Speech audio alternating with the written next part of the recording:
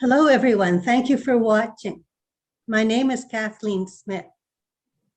Our guest today is Marvyne Jenoff, a poet and fiction writer with several books to her credit. Today, we will be featuring some of Marvyne's poetry. Marvyne was born in Winnipeg, where she studied English at the University of Manitoba. Marvyne, how did it come about that you first started publishing your poetry? That's a bit of a story I'd like to get into. I was taking a summer course, an English survey course at the university. I was young, but I was already in the workforce, not a full-time student. And in class, I asked a question, a searching question. And the professor said that he's really interested in people who ask that sort of question. So I made an appointment to see him in his office because I had failed a test, and he said we should do that if we'd failed. And we talked about the test, and I said, you mentioned this about my asking a searching question. Would you be interested in reading my poetry? And his face fell. I told him that much later, but he agreed. So the next day, which was a Friday, I had 50 poems, all that I'd written, in an envelope, and I gave it to him after class. Monday morning, he got into class, looked around. There was, large class, maybe 50 people. He looked around, pointed at me and said, I want to see you after class. And he sounded a bit annoyed. I thought, my goodness, did I give him too much to read? After a break, he came in, looked around again and pointed to me, I want to see you after class. And the other students were grumbling, favoritism here. Anyway, I walked with him towards his office, which he was sharing with two other professors, and he had showed them my work. And they were full of high praise, and they said, since they're so good, these are certainly publishable, why haven't you sent them out? Implying, of course, they would have been accepted. And I said, well, I did. Where did you send them? Well, Ladies' Home Journal and Esquire. And they had a good laugh. I didn't know that there was such a thing as Canadian literary periodicals. Well, they told me where in the university library I could find them. And I looked up specifications. I sent poems out, and they were very quickly accepted. One in the Fiddlehead Review, one in the Canadian Forum. I think these were the first two. And so, this was lovely. A little more about my professors. They also wondered why I wasn't a full-time student, because I was certainly university material. And I said, well, my family can't afford to send me to university. And they said, what about bursaries? I didn't know what that was. So this was long past the deadline to apply for bursaries, but they managed, I'm not sure how, some roundabout way to get bursaries for me. And after that, I became a full-time student. So. Wow, that's quite a story. You had mentoring happening there. Yeah, we have help in our lives, and we give help. Yes. So, yeah. At some point after you finished university, you moved to Toronto. And I understand that for a few months, you were producing an amazing amount of writing, 20 poems and a short story every month. Can you say more about that? Yes. It was not as smooth as I think you implied. I actually left Winnipeg before my last year of university. I was from what used to be called a broken home, and I came to Toronto to live with my father. He was an actor who had even more limited means than my Winnipeg family. We lived downtown before it was desirable to do so, and I learned how little one really needs. And that was a very good lesson for my whole life.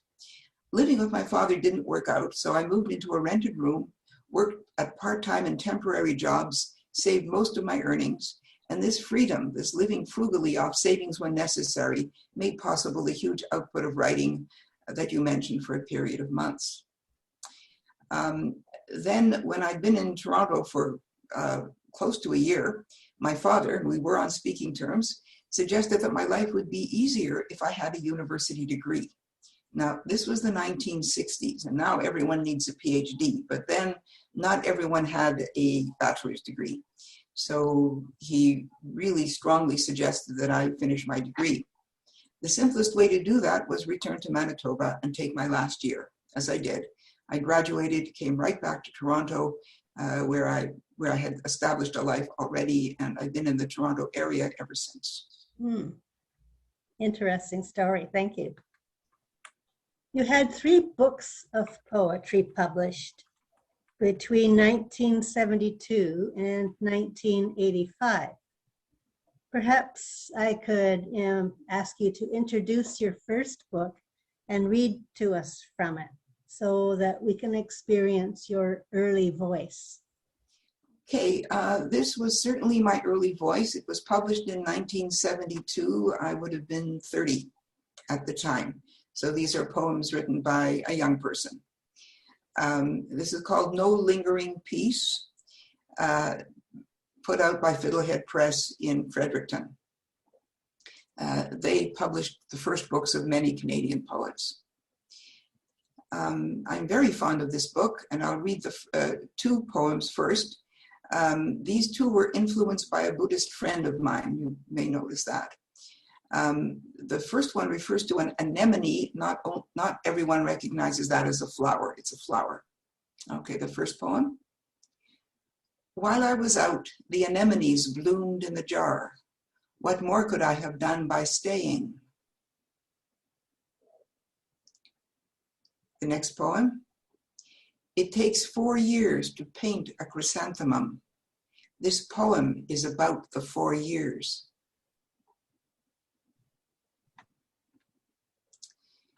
The next one is a Winnipeg poem. It's called New Snow in March. And when I mentioned this title to the professors I talked about before, they shuddered. They had all come from elsewhere, either Great Britain or the US, and New Snow in March would seem perfectly normal to me, was not a pleasant thing to them. I was probably in the evening when it was dark in the winter, walking across the bridge, and this is the poem, New Snow in March. It softens the night watch of the cars and the wet car tracks in the fallen snow. No cars fear the blurred bridge, nor the dark bridge the snow. An old net of branches over the slope with its black bead buds scrambles up the white river bank. And one more poem from No Lingering Peace, more playful one. It's called We as Poetic Device.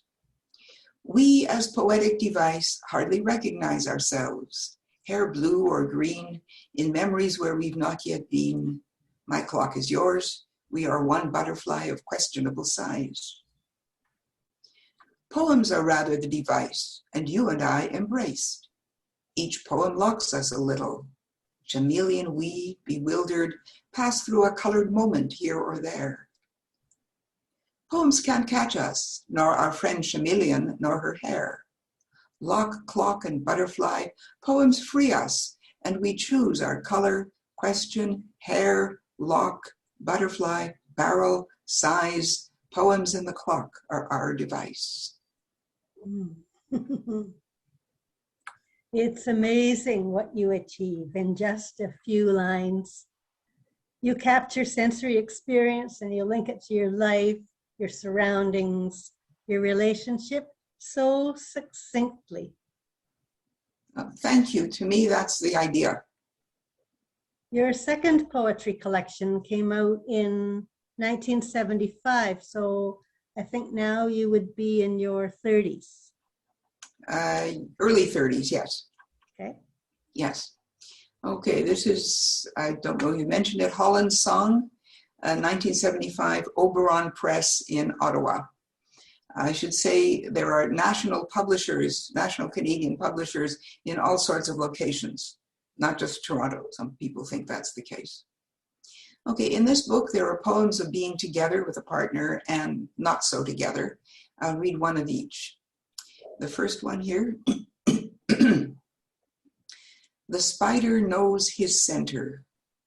Like a sure compass, he paces out the bounds of his decided universe, remembering which side of him is center. Narrowing in, he fastens often back to the center, where he rests or plots. He doesn't know about mistakes. Our spider sleeping tight round his center, though the thunder blow. It occurs to me now, so long after this has been published, is it male spiders that make webs? I don't know. The next one,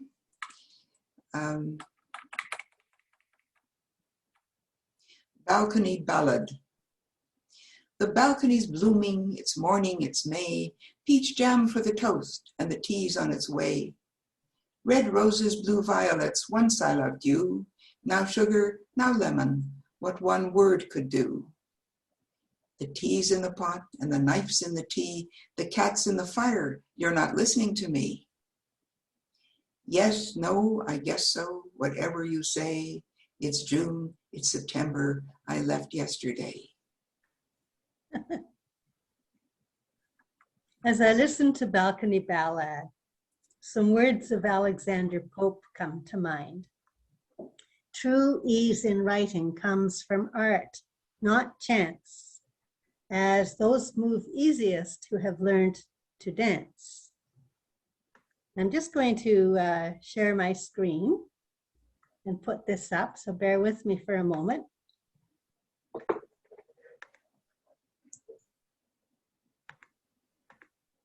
I'll just explain that you read down the first two verses and then over to the second column to see the third and fourth verse. And I've indicated that with some tiny blue arrows, just so you know. This ballad, in my opinion, is deceptive in its simplicity, whereas in fact, the poet has made crucial choices in rhythm, in the placement of stress, and so on. So I would like to use this poem to go backstage and find out what was in the poet's mind while she was writing this one. Marvyne, I understand that an important element in writing poetry is the poem's tone of voice. Can you show us how that comes up in Balcony Ballad? Yes, since you asked, I've looked at it in a different way, and the tone of voice changes in this one. The first stanza, the balcony's blooming, it's morning, it's May, peach jam for the toast and the tea's on its way. This is optimistic, pleasant, looking forward to having tea with the partner. Okay. And the next one, red roses, blue violets. Of course, that refers to, that rhyme. Can't remember it right now, but roses are red, violets are blue, sort of thing. Okay, red roses, blue violets, once I loved you. Okay, regret. Now sugar, now lemon. Okay, once it was sweet, now it is sour.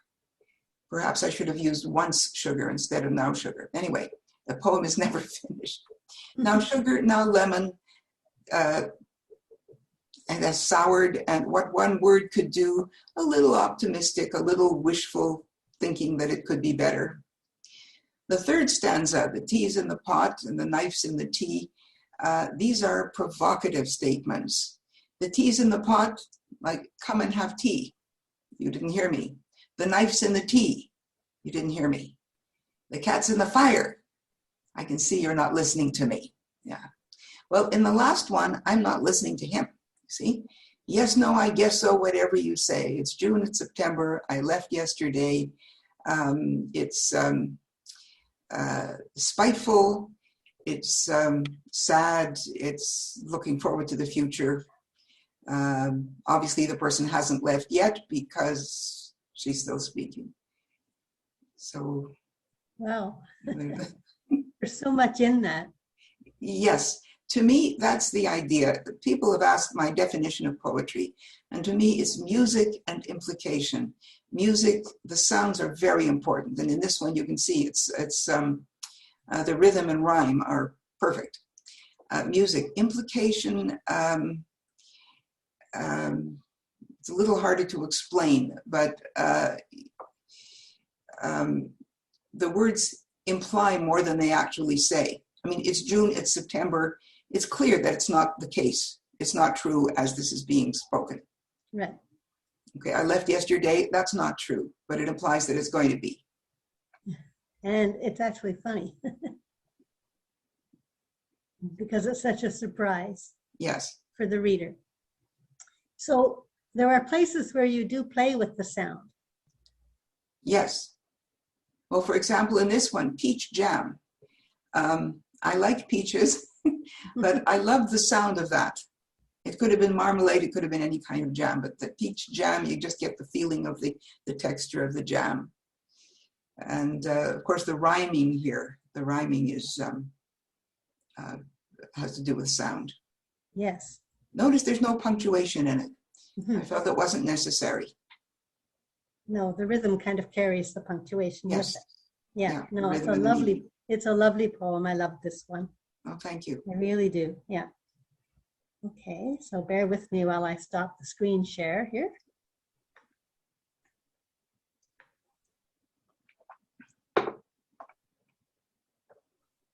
Marvyne, you had a third poetry book that you worked on after the death of your parents. Would you like to share some poems from that period? Yes, and let me talk about it. This book is called The Orphan and the Stranger. This is dealing with the deaths of both my parents. Published in 1985 by Walsack and Wynne Publishers in Toronto at the time, and they're now based in Hamilton. This manuscript was actually written in the late 1970s.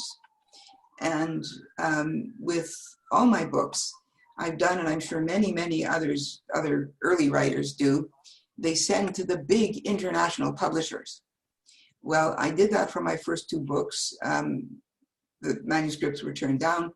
Then I looked closer to home, more modestly, and I found good publishers. In this case, I sent to the big publishers and it was turned down. And I thought, look, this is my third book. I want a big publisher. So I sulked for several years. Now that's a really stupid thing to do if you're planning to have any sort of career in the arts, but that's what I did. And then in the early 1980s, Walsack and Wynne phoned me. This was their second year of publication. They were a new publisher. They were publishing 2 books per year. They said they had a manuscript for their next list, and they liked my work. Did I happen to have a manuscript? Well, I happened to have a manuscript, and I improved it and sent it to them, and I'm so happy that it was published by them. Yes. I'm going to read, as I said, it was the deaths of both my parents. I'm going to read one poem about each of them. The first one is, this is after their deaths. What shall we do with my father's portrait? Where to shelter Art Jenoff, pompous in a coat I mended? The kitchen corner is too oblique, out of the way for banter over coffee. That big wall you can see straight on from the front door, not for the man who left me young and fearful. Where shall we keep the man with the long death I remember? We choose the kitchen, nail him up firm, and in the night I stumble up to move the front door.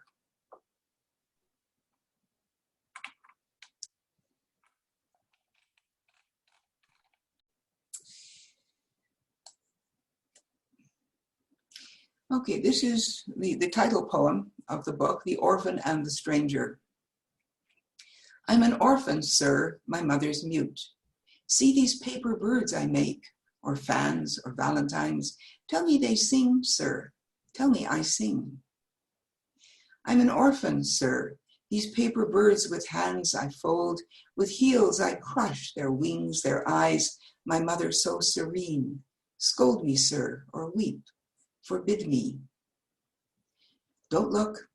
I'm making something white and small and secret as a paper soul can be. Her flesh is racked and darkening. Help me see. High as the firmament she flies and hides the sun. I'm folding perfect birds again, each smaller than the last, each one. And smaller, smaller, smaller, I find the orphan quickly, keep my cry.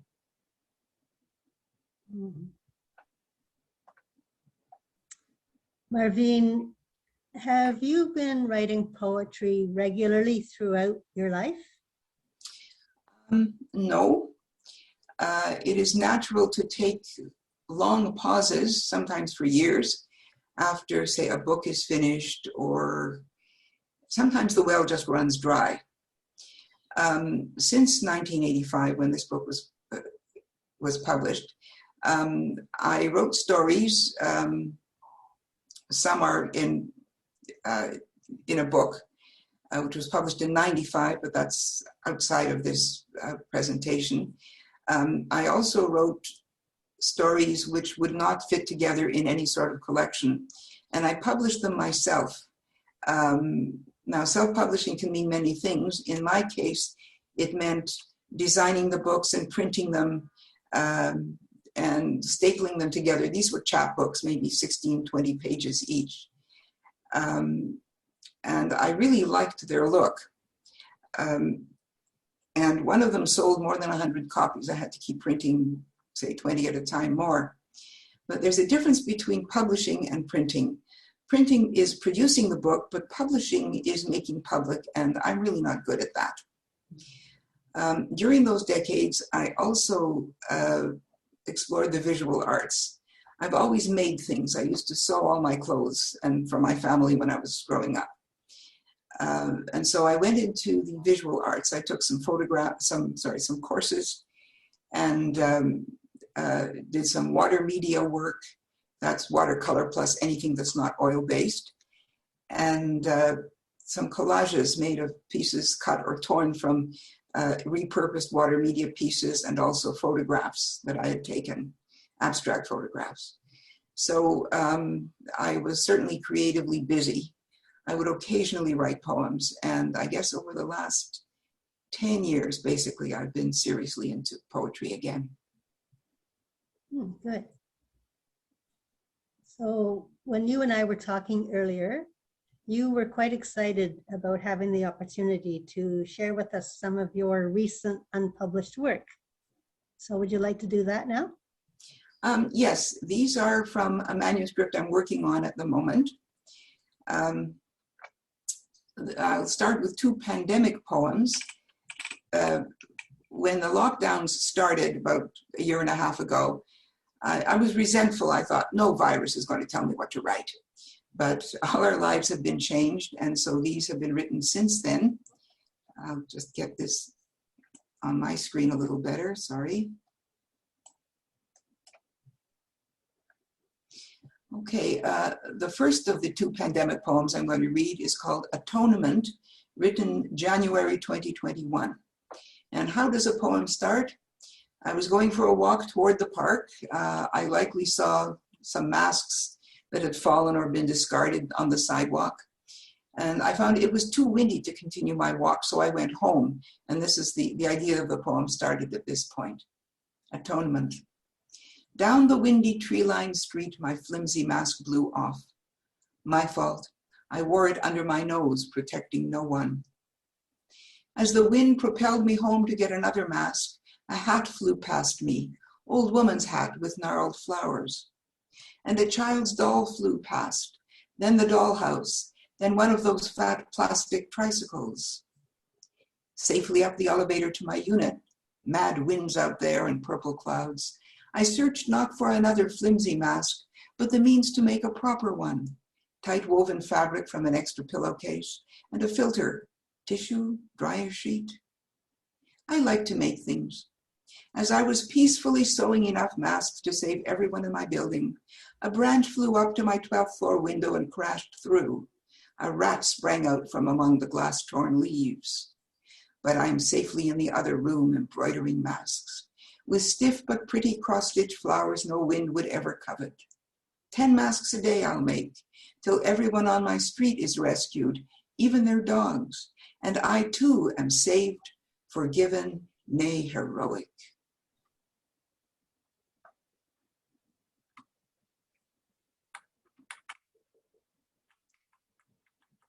And the next, in a totally different vein, called My Genie, G-E-N-I-E, Genie. Invisible as the virus is my genie, though I know it's near me. It finds me pretty flowered masks and grows my hair. And for this indoor life, it's taught me Zoom. Now I can sort of visit you, and even you in Timbuktu. Compare our hair and earrings on the screen. It's taught me online shopping, how in one breath to browse and buy said earrings, offbeat gadgets, fancy sheets, and this preposterous bedside lamp. No shade, no light bulb, but a flat white stem arising from an angled base. Here's where my kind of genie lives. Bright, brighter, brightest, one playful touch can light it. Charge my phone, start coffee in the morning, text you and you that I'm awake and well. One more touch and colors flower in the base, pulsing and pulsing through the rainbow. That's my genie fending off the virus. I am charmed. Now, we talked about tone of voice. Those two, of course, are very different, but they are both escapist from the seriousness of the pandemic. One harsh, one childlike, and I play with moods in writing. Yes. In My Genie and in much of your work, I find your visual imagery to be very evocative. Marvyne, these pandemic poems are timely. During the lockdown, have you been writing on other themes as well? Yes, as you can tell from my appearance and my long, long publishing history, I'm no longer young. Aspects of age are with me all the time. If you're not here yet, all sorts of awkward things happen to your body. And so this awareness is really in most of my poems, even the love poems. And I'm going to read a few recent poems now. The first is called Risen. In it, there's an adjustable bed. Not everyone knows what that is. These are becoming popular for home use. The principle is the same as a hospital bed. You can change the position with a remote. You can raise the upper part, or you can raise the lower part if you have to keep your legs up, this sort of thing. So now you know what that is. Okay, risen. Laboriously risen from the sea, opposable thumbed, we've come to this, devices strewn on the bed. My new bed with its own remote, thumb clicks slowly raise the top or bottom, suggesting whims of comfort to the aged, perhaps new bamboo sheets. A remote for the TV, one click and the world invades the bedroom, one more click to the parts I like, gardens, giraffes. And the wireless phone, how is that possible? So mobile, friendly. You ring from the downstairs lobby. There you are, caught on the TV screen, jacket already open. I buzz you in and banish the devices. For us, the bed is set at flat, naked as our forebears, faded in a slow tumble, breath, hair, saltiness of sweat. We reenact begetting, lie back in the after warmth and rest, and talk. Remembering the remotes I offer, sitting up, watching TV, some comedy, some crime. But a larger choice awaits us. We lie there silent lest we quarrel, clinging to indecision for there is no answer. Succumb to our devices, how they shape us, or once again embrace, which is the talisman against the long fall back.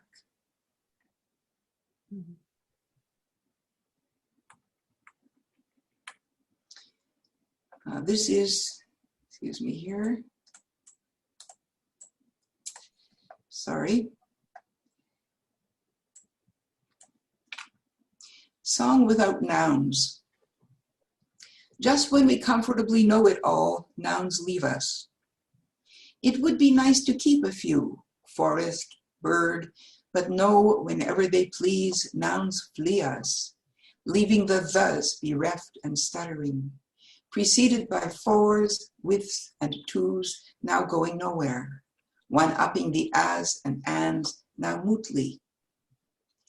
Some nouns circle back unbidden, say the abyss, or worse, eternity, not even a the or we can cling to it. Perhaps we know too much, we who once asked where all the flowers had gone.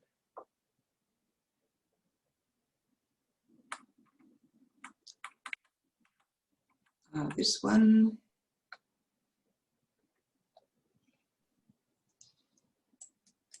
excuse me. Okay, this is potatoes.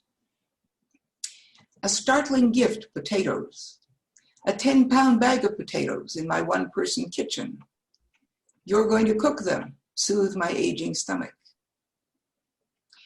Potatoes, no mellifluous name, nor graceful shape, nor fetching color. But color subtle as the earth, that's something. No musical romance of pasta, nor widespread dignity of rice, but plainness straight from the earth, that's something. You select two, and side by side we work. I sort of rinse them. Water brightens the brown, makes visible a network pattern, rootlets or tiny fissures opening for growth. You, no nonsense, scrub till you wear off the peel, reveal the color of my skin. Networks of gray thatch define your shins. The microwave allows 6 minutes for a still embrace, another 2 while the potatoes cool till you retrieve them. Small table, water glasses clink, toes touch, yogurt is passed, and yes, the potato you have tamed to softness after all does soothe my stomach for a while, a gentle aftertaste of earth.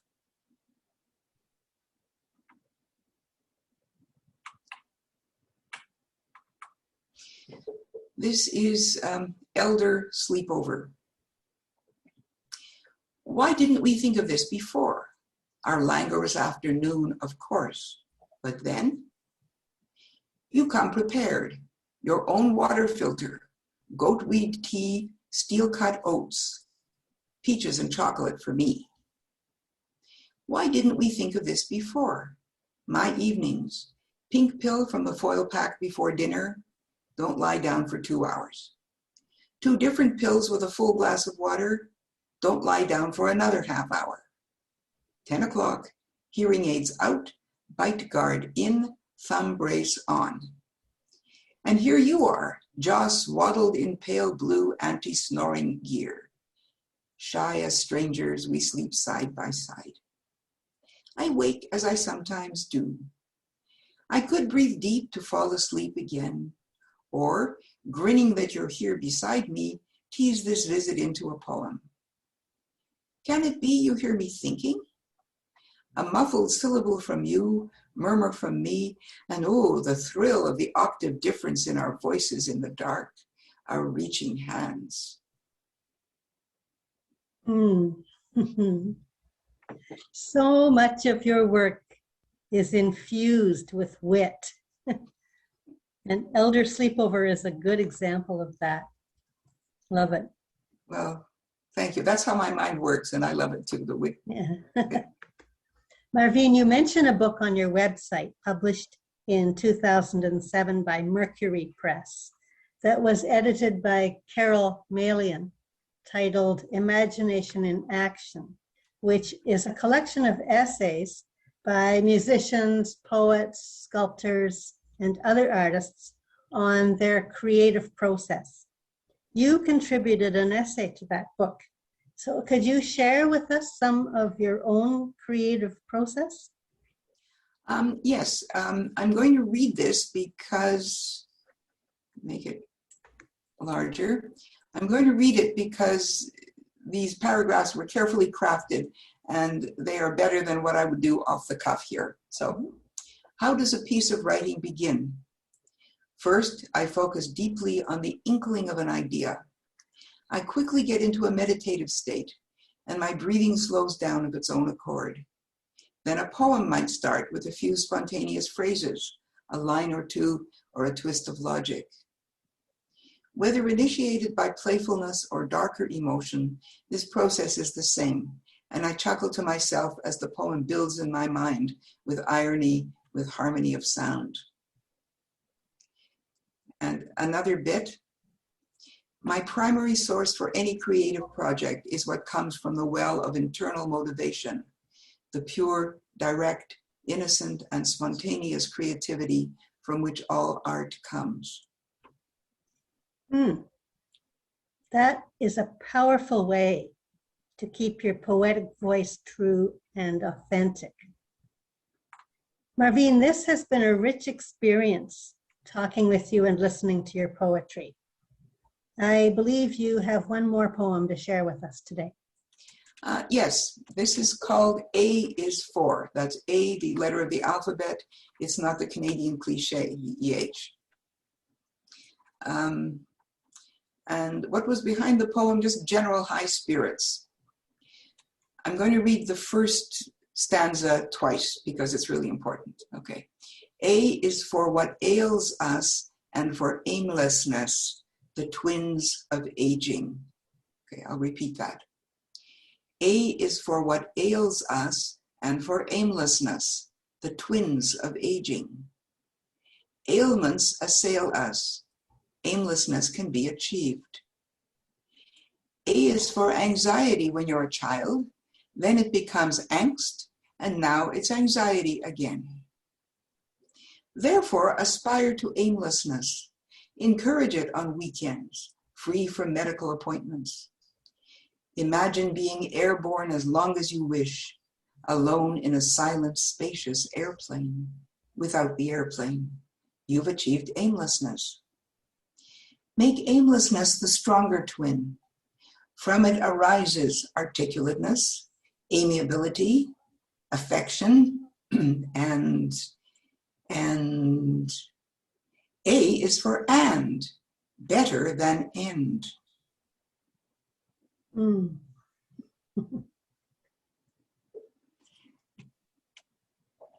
Marvyne, thank you for being here today and sharing your work with us. Well, Kathleen, thank you for your idea of doing this, for instigating it, and your appreciation of my work. So now I will show the link to Marvyne's website. To remember how to spell Marvyne's first name, think of Ivy, V-Y. Marvyne is Mar, V-Y-N-E. Thank you to our audience for watching today, and now stay on board for the website link.